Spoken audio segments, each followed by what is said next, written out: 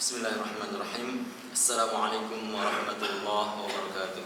Waalaikumsalam warahmatullahi wabarakatuh. Innal hamdalillah nahmaduhu wa nasta'inuhu wa nastaghfiruh wa na'udzu billahi min shururi anfusina wa min sayyiati a'malina. Man yahdihillahu fala mudilla lahu wa man yudlil fala hadiya lahu. Asyhadu an la ilaha illallah wahdahu la syarika lahu wa asyhadu anna Muhammadan 'abduhu wa rasuluhu la nabiyya ba'da. Alhamdulillah, di pagi hari ini yang begitu sejuknya ya, setelah kita kemarin mulai siang hari dicurahkan oleh Allah Subhanahu wa taala rahmatnya berupa hujan yang mengguyur kita sehingga bumi kita menjadi adem, dan sampai malam ini kita merasakan yang begitu nikmat, tidurnya bisa nyenyak walaupun tanpa AC.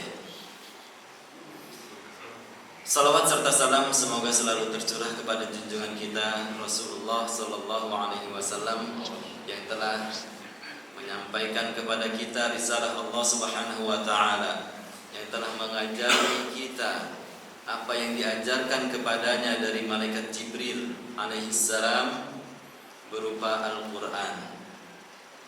Al-Quran merupakan kitab yang paling mulia karena merupakan kalamullah. Ini merupakan kalamullah, dan di situ ada perbedaan pendapat. Di situ ada yang mengatakan bahwa Al-Quran itu makhluk. Ini merupakan perdebatan yang sampai kepada kekufuran. Pendapat yang paling rajih adalah Al-Quran itu bukan makhluk.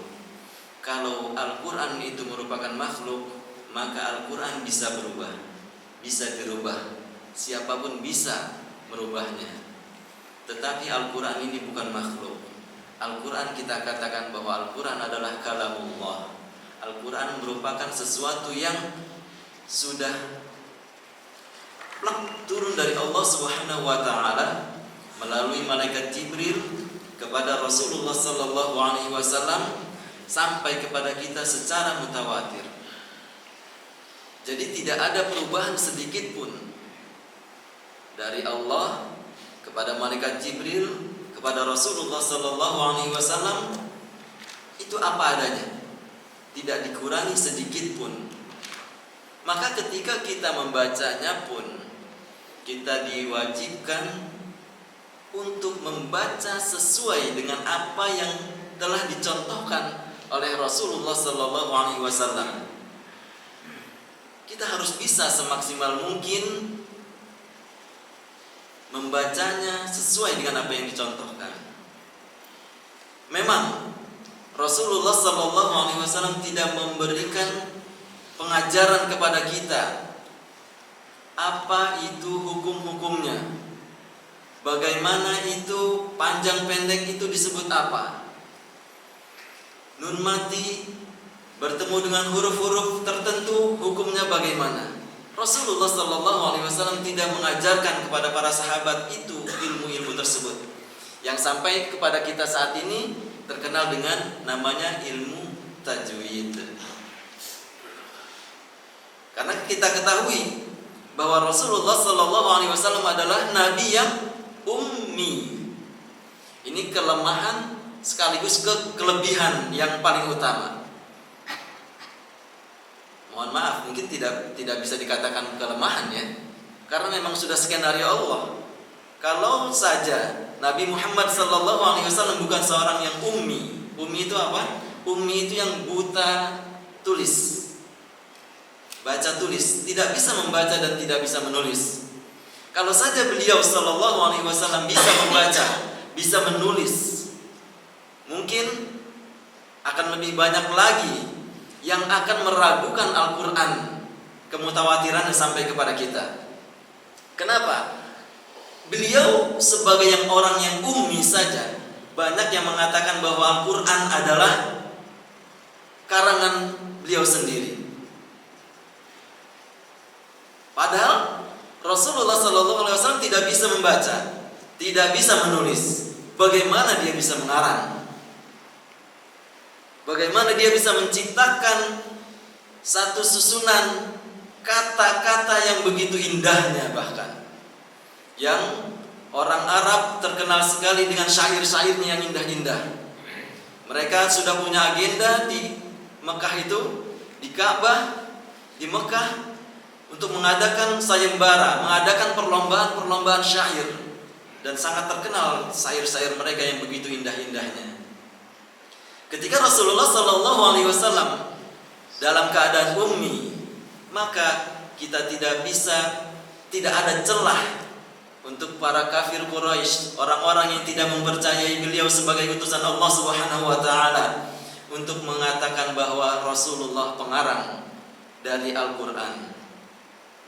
Karena Al-Qur'an turun benar-benar dari Allah Subhanahu wa taala melalui malaikat Jibril dan ditalakikan kepada Rasulullah sallallahu alaihi wasallam. Talaki itu bagaimana?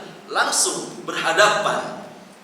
Ketika Rasulullah sallallahu alaihi wasallam belajar dari malaikat Jibril, benar-benar langsung berhadapan dan terus diulang-ulang sampai benar-benar mungkin, sampai benar-benar sudah masuk, kalau istilah kita sekarang adalah sudah luar kepala. Kalau kita benar-benar di luar kepala ya, di luar kepala. Jadi sudah benar-benar tidak ada kesalahan lagi. Nah itulah maka terus disampaikan kepada para sahabat dan sampai kepada kita secara mutawatir. Mutawatir itu bagaimana?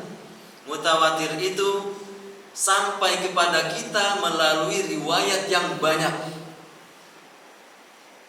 Kalau hadis-hadis itu banyak macamnya.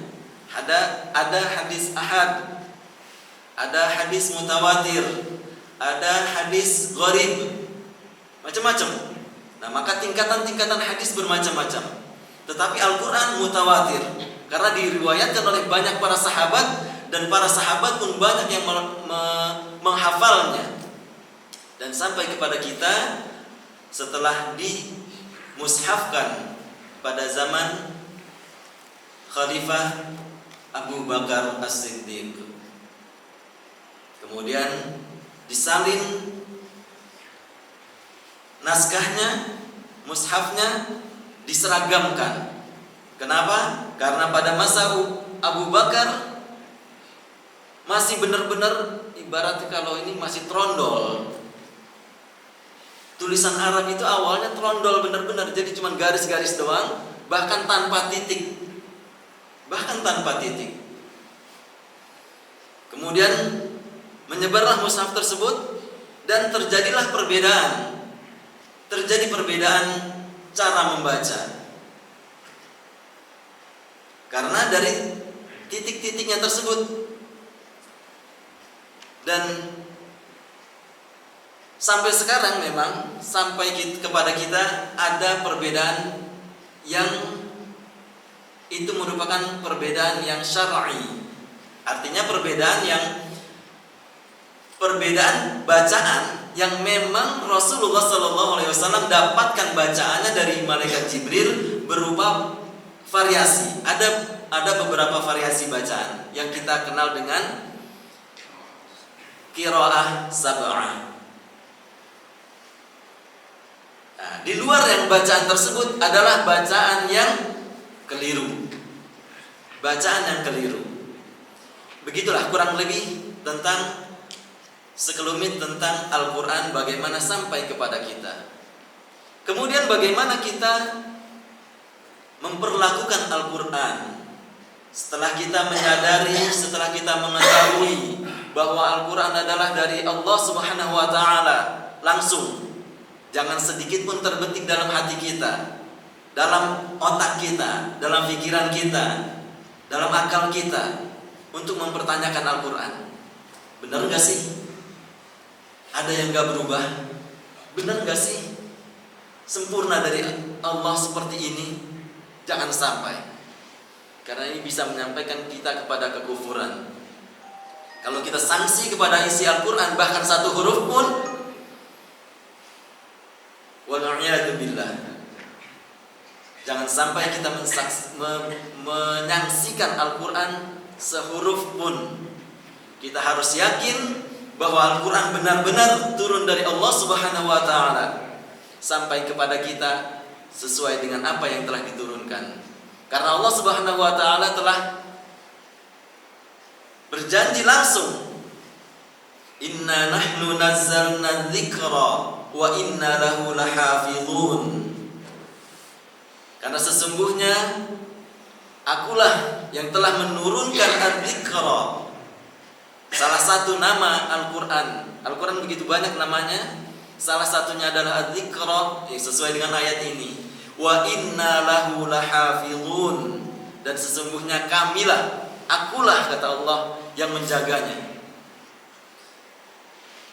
Kalau Allah yang sudah yang menjaga, maka tidak akan ada perubahan sedikit pun. Kita bisa menyaksikan, kita pernah mungkin mendapatkan share di medsos, di WhatsApp, ada yang men-share bahwa ada cetakan Al-Quran versi ini ada ayat yang redaksinya berubah. Langsung ketahuan. Walaupun kita yang menyampaikan, walaupun siapa yang menyampaikan, ini merupakan bentuk penjagaan Allah Subhanahu wa ta'ala akan Al-Quran. Jadi kita pastikan bahwa Al-Quran adalah yang sampai kepada kita secara mutawatir, dan kita harus benar-benar menjaganya juga. Dan kita harus benar-benar berinteraksi dengan Al-Quran. Bagaimana bentuk interaksi kita dengan Al-Quran? Sebagaimana anak tangga, kita punya step by step. Kita harus melangkah lebih di dalam berinteraksi dengan Al-Quran. Kita mulai dengan yang paling mudah, kemudian kita langkahkan lagi semangat kita untuk berinteraksi, memperdalam, lebih intens lagi dengan Al-Quran. Yang paling ringan, yang paling mudah, yang paling besar juga pahalanya, dan satu-satunya buku, satu-satunya kitab, satu-satunya tulisan yang diganjar membacanya adalah hanya Al-Quran. Bahkan hadis pun ketika kita membacanya, kita tidak mendapatkan pahala apa-apa. Rasulullah tidak pernah menjanjikan pahala ketika kita mempelajari hadis-hadis Rasulullah SAW yang begitu banyaknya. Tidak dapat. Tetapi Al-Quran, Rasulullah SAW menjanjikan dari setiap huruf Al-Quran yang kita baca mendapatkan satu kebaikan. Satu kebaikan dikalikan dengan 10 kebaikan. Jadi satu huruf kita mendapatkan kebaikan, mendapatkan pahala sebanyak 10 kebaikan. Satu huruf itu bagaimana? Huruf yang kita tahu, huruf hijaiyah itu ada 29. Ada yang bilang 28. Perbedaan pada lam alif. Lam alif ini satu huruf tersendiri atau gabungan dari huruf lam dan huruf alif. Itulah huruf. Huruf alif satu huruf, huruf ba satu huruf. Itu huruf. Ketika kita membaca alif lam mim, ada berapa huruf? Ada 3 huruf. Alif satu huruf dapat 10 kebaikan. Lam satu huruf dapat 10 kebaikan. Mim satu huruf dapat 10 kebaikan. Dari alif lam mim kita sudah mendapatkan 30 kebaikan. Bayangkan ketika kita membaca WhatsApp berpuluh-puluh huruf, ratusan. Ketika kita mengetikkannya sekian ribu karakter. Mendapatkankah kita kebaikan dari WhatsApp itu? Bisa jadi ketika yang kita ketikkan, ketika yang kita baca adalah syariat Allah Subhanahu wa taala. Hadis-hadis Rasulullah sallallahu alaihi wasallam yang kita baca. Ilmu-ilmu dari para ulama yang kita sampaikan, yang kita share dalam status kita. Bukan sekedar makanan yang kita share. Kalau makanan kita tidak akan mendapatkan pahalanya, kecuali mungkin ibu-ibu men-share resep masak. Nah, bisa jadi mendapatkan pahala ketika ada ibu-ibu yang lain mempraktekkan resep tersebut. Jadi intinya adalah apa yang kita lakukan jangan sampai tidak bernilai pada kebaikan. Jamaah salat subuh Masjid Al-Faruq yang dirahmati oleh Allah Subhanahu wa taala. Saya sebagai akar dari rotan yang tidak hadir, mungkin itu prolog dalam menyampaikan apa yang ingin saya sampaikan, bahwa kita punya satu buah buku dalam kita bagaimana berinteraksi dengan Al-Quran. Ini versi dari terjemahannya. Nama kitabnya adalah At-Tibyan Adabu fi Hamalatil Quran. Jadi suatu kitab yang dikarang oleh Syekh An-Nawawi. Ini bukan Syekh Nawawi Al-Bantani, tetapi Syekh An-Nawawi yang di Arab sana. Beliau telah mengarang kitab ini, Adabu Hamalatil Quran. Bagaimana kita beradab kepada Al-Quran, bagaimana kita berinteraksi dengan Al-Quran. Karena kita banyak yang paling sederhana saja, masih banyak di antara kita yang memperlakukan Al-Quran, mushafnya sebagaimana kita memperlakukan buku-buku biasa. Kita taruh sembarangan. Ketika kita hendak membacanya, kita taruh saja sejajar dengan kaki kita di bawah. Ini berupa satu adab yang kurang terhadap Al-Quran. Kalau kita tidak ingin katakan tidak beradab terhadap Al-Quran. Karena kitab yang begitu mulia, kita harus muliakan. Kita harus muliakan, mulai dari memperlakukan mushafnya tersebut. Mengapa tidak?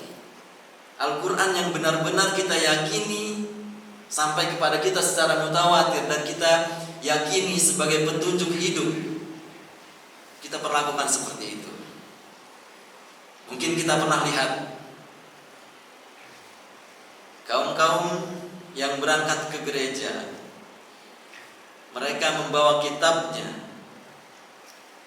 yang sudah penuh dengan manipulasi dari manusia-manusia, yang sudah banyak campur tangan tulisan-tulisan para penguasa pada saat itu, kitab Injil. Mereka begitu mengagungkannya membawanya.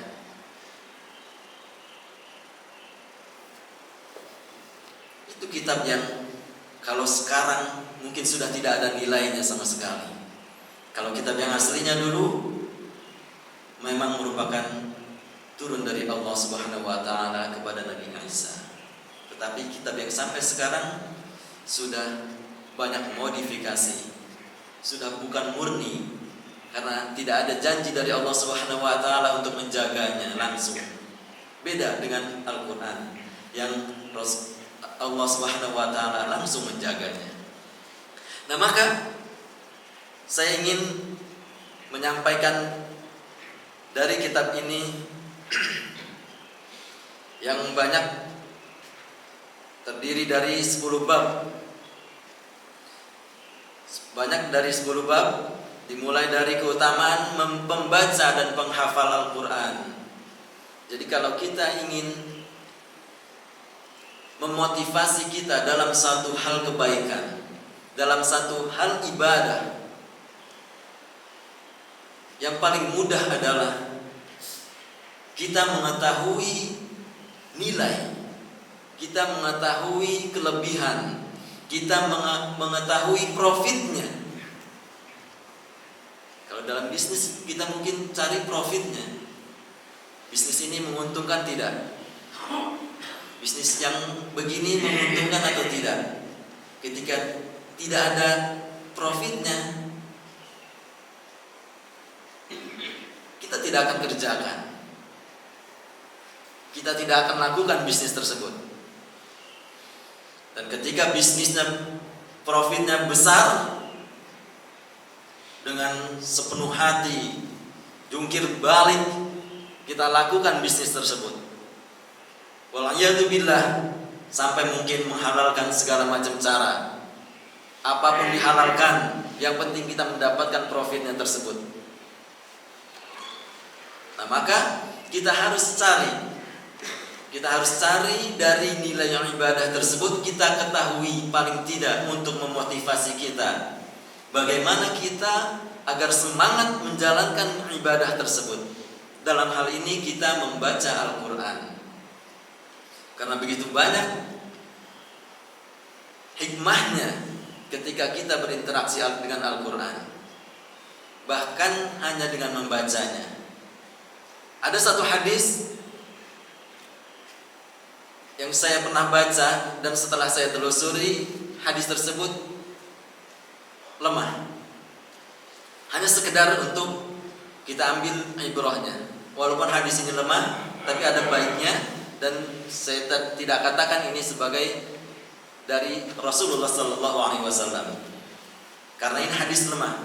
Kalau hadis lemah, kita tidak bisa pastikan, dan kita tidak boleh katakan ini dari Rasulullah SAW.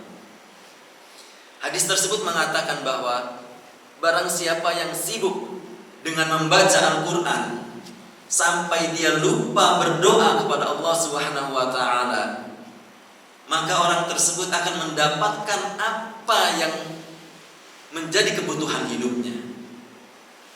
Apa yang harusnya dia minta, apa yang harusnya sedia kalanya dia tuh kalau berdoa dia minta tersebut, tetapi karena dia sibuk dengan membaca dan terus membaca Al-Quran, dia akan mendapatkan apa yang dia inginkan. Mungkin kalau kita korelasikan dengan hadis-hadis atau ayat-ayat yang lain, sudah sampai kepada level orang kalau yang sudah mendapatkan kenikmatan membaca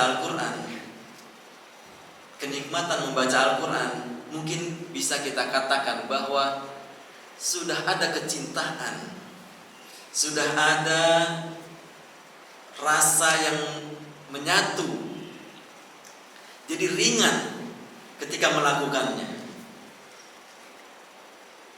Ini merupakan tanda-tanda dari keimanan, bahkan mungkin menjadi tanda-tanda dari ketakwaan ketika orang tersebut sudah benar-benar terpaut dengan Al-Quran.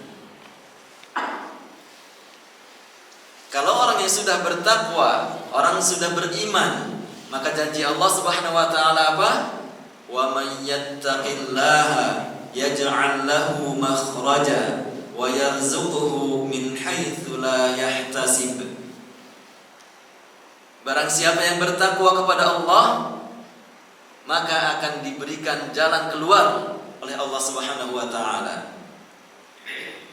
Wa yarzuquhu min haitsu la yahtasib, dan dia akan diberi rizki dari jalan yang tidak disangka-sangka. Nah, mungkin ada korelasinya akan hadis yang dhaif tersebut. Karena bisa jadi hadis dhaif itu bisa jadi matan itu istilahnya apa dalam bahasa ininya, redaksinya yang lemah, dan bisa jadi sanadnya yang lemah. Dari sini kita bisa simpulkan bahwa hadis ini sanadnya yang lemah, karena matannya, redaksinya bisa kita korelasikan dengan dalil-dalil yang lain. Jadi kita sibukkan diri kita dengan Al-Quran. Yang paling mudah dengan membacanya dulu. Tingkatan paling rendah dari kita berinteraksi dengan Al-Quran adalah dengan membacanya. Kita masuk kepada bab yang pertama. Apa yang disampaikan di dalam kitab ini, bab kitab At-Tibyan. Kalau versi terjemahannya menerjemahkan At-Tibyan, adab penghafal Al-Quran. Versi ini sama. Adab At-Tibyan fi adabi hamalatil Quran. At-Tibyan itu artinya adalah penjelasan. Adab penghafal Al-Quran. Bukan hanya untuk yang penghafal. Oh, itu untuk penghafal. Ya, kelanjutannya, kita semua insya Allah penghafal Al-Quran. Kita semuanya insya Allah penghafal Al-Quran. Kita sudah hafal minimal surah Al-Fatihah. Saya rasa tidak ada yang tidak hafal surah Al-Fatihah. Walaupun mungkin kita harus koreksi kembali bacaan Al-Quran kita, bacaan Al-Fatihah kita.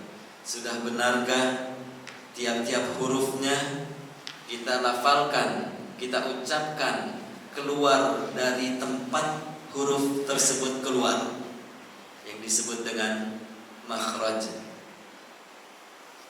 makhrajul huruf, makhrajul harf, makharijul huruf. Macam-macam tempat keluarnya Al-Quran, huruf. Ada jauh, ada halq, ada gunnah. Ada yang keluarnya dari hidung, ada yang keluarnya dari mulut, ada yang keluarnya dari tenggorokan, ada yang keluarnya dari lidah, ada yang lidahnya ditaruh di depan, ada yang lidahnya ditaruh di atas. Sudahkah kita tahu? Sudahkah kita membedakan dari tiap-tiap huruf tersebut? Oh, yang huruf ini lidahnya harus di sini. Oh, yang huruf yang ini harus dari tenggorokan. Dari tenggorokan pun ada 3 lagi. Ada tenggorokan paling jauh, ada tenggorokan tengah, ada tenggorokan paling atas. Sudahkah kita membedakannya? Jangankan huruf, jangankan Al-Quran, jangankan bahasa Arab, bahasa kita pun Latin ada yang berbeda ketika kita beda melafalkannya. Itu walaupun sedikit ya, walaupun sedikit, dan pasti akan sudah mafhum kalau bahasa kita. Kalau bahasa kita mungkin sudah mafhum. Tetapi kita jangan minta mafhum, jangan kita minta dimaklumi. Maklumin aja lah, kita kan bukan orang Arab. Kita tidak usah sama-sama banget. Jangan. Karena ini bernilai ibadah. Ibadah itu kaidahnya adalah taufiqi. Dalam hal ibadah, kaidahnya adalah kita harus mengikuti petunjuknya. Harus sesuai, plek. Sesuai, plek. Jangan dirubah-rubah. Kalau dalam hal ibadah, jangan ada modifikasi. Silakan modifikasi sepeda, silakan modifikasi motor. Mau jadi lebih bagus, mau jadi lebih susah, kan gitu. Kalau orang modif, kadang pernah lihat modifan motor, stangnya itu sampai tinggi banget gini. Untuk gaya kan, munculnya buat gaya doang, tapi dipakainya malah susah, malah ribet. Ada lagi yang modif sampai tinggi banget. Kita mikirin turunnya bagaimana. Itulah kalau modifikasi tidak sesuai dengan pabrikan. Pabrik itu mengeluarkan sesuatu sudah kajian yang begitu mendalam. Sudah kajian yang begitu mendalam, dari safety-nya, dari segala macamnya sudah dikaji. Dan itulah ide yang paling idealnya. Begitu juga dalam hal ibadah. Allah Subhanahu wa taala telah menurunkan Al-Qur'an, kemudian diterjemahkan oleh Rasulullah sallallahu alaihi wasallam sampai kepada kita dalam bentuk hadis, maka ikutilah hal ibadah tersebut. Begitu juga dalam membaca Al-Qur'an. Kita harus sesuaikan, kita harus pastikan, kita harus punya ghirah untuk meningkatkan kualitas kita berinteraksi dengan Al-Qur'an. Kita perbaiki bacaan Al-Quran kita perbaiki makhraj huruf kita perbaiki panjang pendeknya. Kita lanjutkan kepada kita perbaiki hukum-hukum tajwidnya, hukum nun matinya, hukum mim matinya, hukum madnya. Belum lagi bacaan-bacaan gharibnya. Begitu banyak, masih banyak yang kita tidak ketahui. Apalagi nanti kalau yang sudah taraf menghafal, dia bisa mempelajari yang qiraah sab'ah. Kalau kita jangan dulu, jangan sekali-sekali mencolek-colek, mengotak-atik, coba membaca dengan qiraah sab'ah. Tidak boleh, belum boleh. Level kita belum boleh. Kalau sudah hafal 30 juz, baru silahkan mencari guru qiraah yang lain. Kita baru pada bagaimana kita mempelajari, mencocokkan makhraj huruf kita. Kita bagaimana mempelajari tajwid kita. Itulah.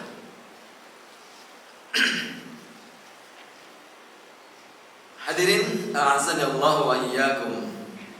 Mudah-mudahan senantiasa mendapatkan rahmat Allah Subhanahu wa taala. Bab pertama dalam kitab ini menyampaikan tentang keutamaan pembaca dan penghafal Al-Quran. Allah Subhanahu wa taala berfirman, "Innal ladzina yatluna kitaballah wa aqamus shalah wa anfaqu mimma razaqnahum sirran wa 'alaniyah yarjuna tijaratan lan tabur liwaffiyahum ujurahum wa yazidahum min fadlihi innahu ghafurun syakur." Sungguh orang-orang yang selalu membaca kitab Allah, Al-Quran dalam hal ini, melaksanakan salat dan menginfakkan sebagian rizki yang kami anugerahkan kepadanya dengan diam-diam dan terang-terangan, sirran wa alaniyah, yarjuna tijaratan lan tabur. Mereka inilah orang-orang yang mengharapkan tijarah, perdagangan, bisnis, apalagi transaksi, lan tabur, tidak akan mendapatkan kerugian. Kalau kita berbisnis, kalau kita jual beli, kalau kita bertransaksi, pasti ada resikonya. Kalau kita berbisnis tidak ada resikonya, pertanyakan keabsahan bisnis tersebut, pertanyakan kehalalannya. Pasti ada sesuatu yang tidak benar. Kalau berbisnis tidak ada resikonya, harus ada resikonya. Walaupun hanya 1%, harus ada resikonya. Kalau tidak ada resikonya, paling mudahnya adalah terjerumus kita kepada riba. Standar gampangnya aja nih. Kaidah kita dalam berbisnis, kalau bisnis kita tidak ada resikonya sama sekali, pasti bisnis yang riba. Gak akan ada bisnis yang tidak ada resikonya. Harus siap-siap menanggung kerugian, walaupun mungkin hanya 1%. Tapi mungkin gak? Pasti di atas 25%, 30% harus ada tanggungan resiko akan kerugiannya. Akan tetapi berbisnis yang tidak mendapatkan kerugian adalah apa yang disampaikan oleh Allah Subhanahu wa taala di ayat ini.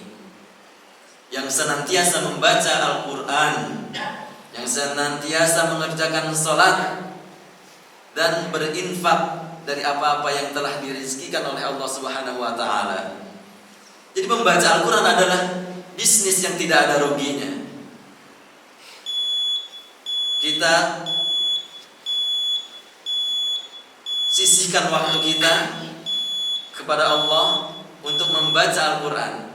Ini merupakan transaksi kita. Kita punya waktu, kita baca Al-Quran, kita pergunakan untuk membaca Al-Quran. Pasti akan diganjar oleh Allah Subhanahu wa taala. Pasti. Inilah yang tidak akan merugi. Liwafiyahum ujurahum wa yazidahum min fadlih. Agar Allah menyempurnakan pahalanya dan menambah karunia-Nya kepada mereka. Sungguh Allah Maha Pengampun, Maha mensyukuri.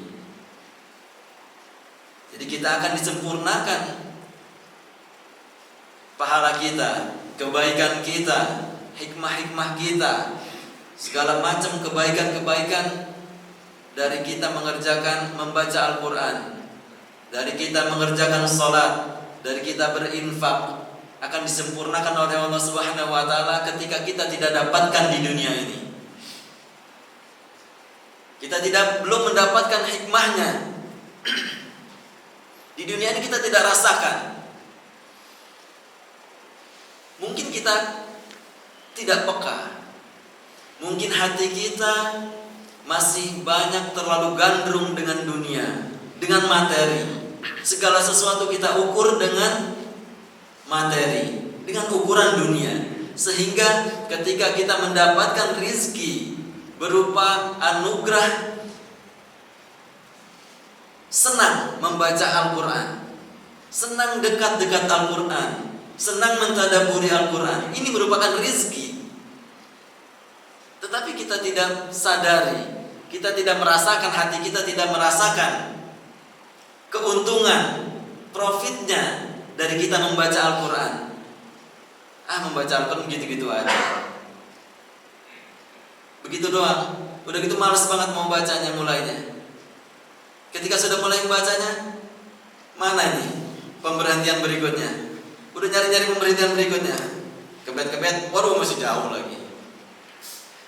Ini kita belum mendapatkan hikmahnya. Kita belum bisa apa yang mungkin dalam bahasanya adalah halawatul iman. Belum mendapatkan manisnya iman. Kalau kita masih beribadah seperti itu, itulah kita, bukan bapak-bapak sekalian, termasuk saya masih seperti itu. Kadang saya mendapatkan saat-saat ada, masya Allah, tahu-tahu dapat banyak sekali tanpa terasa capek. Kadang saya juga mendapatkan mau mulai membaca, malas. Ketika membacanya, sedikit aja udah kerasa capek. Itulah. Jadi iman kita naik dan turun. Maka perbaiki terus iman kita. Tingkatkan terus iman kita. Dengan minimal kita paksakan membaca Al-Quran. Karena meningkatnya keimanan adalah dengan ketaatan. Dengan melakukan ketaatan. Dengan melakukan ibadah-ibadah. Kita harus paksakan dalam hal beribadah. Kalau kita tidak paksakan, kebaikan itu sulit. Kebaikan itu sulit menular. Lain halnya dengan keburukan. Kita lihat anak-anak kita, adik-adik kita di masjid ketika salat berjamaah, ada yang bagus sekali, tetapi sulit untuk menularkannya kepada yang lain. Lebih mudah yang menularkan yang bercandanya, yang main-mainnya, lebih mudah menularnya. Kenapa? Karena malaikat sifatnya pasif. Malaikat itu pasif, sementara syaitan super aktif, hiperaktif. Syaitan itu hiperaktif dia. Tidak bisa dari sebelah kanan, hantam dari sebelah kiri. Tidak bisa dari sebelah kiri, hantam lagi dari atas. hantam lagi dari bawah, dari sisi manapun dicari. Setan aktif, makanya keburukan lebih mudah menularnya. Maka kita perbaiki, kita tingkatkan keimanan kita senantiasa dengan melakukan ketaatan-ketaatan, dengan melakukan ibadah-ibadah. Ketika kita mendapati kemalasan, maka kita harus buang. Ini adalah yang disebut dengan futur. Ada masa-masanya kita mendapatkan futur. Bahkan para sahabat pun mengeluhkan itu kepada Nabi Shallallahu Alaihi Wasallam. Suatu ketika sahabat menyampaikan kepada Nabi, "Ya Rasulullah, aku ketika bersamamu merasakan begitu kuatnya keimananku, begitu kuatnya ghirahku terhadap Islam, begitu benar-benar sangat merasakan ketakwaan, keimanan yang benar-benar. Tetapi ketika jauh darimu ya Rasulullah, berkurang juga. Apakah ini satu kemunafikan? Apakah ini satu kenifakan, satu sifat, salah satu sifat munafik?" Tidak, kata Rasulullah sallallahu alaihi wasallam. Karena sesungguhnya al-iman yazid wa yanqus.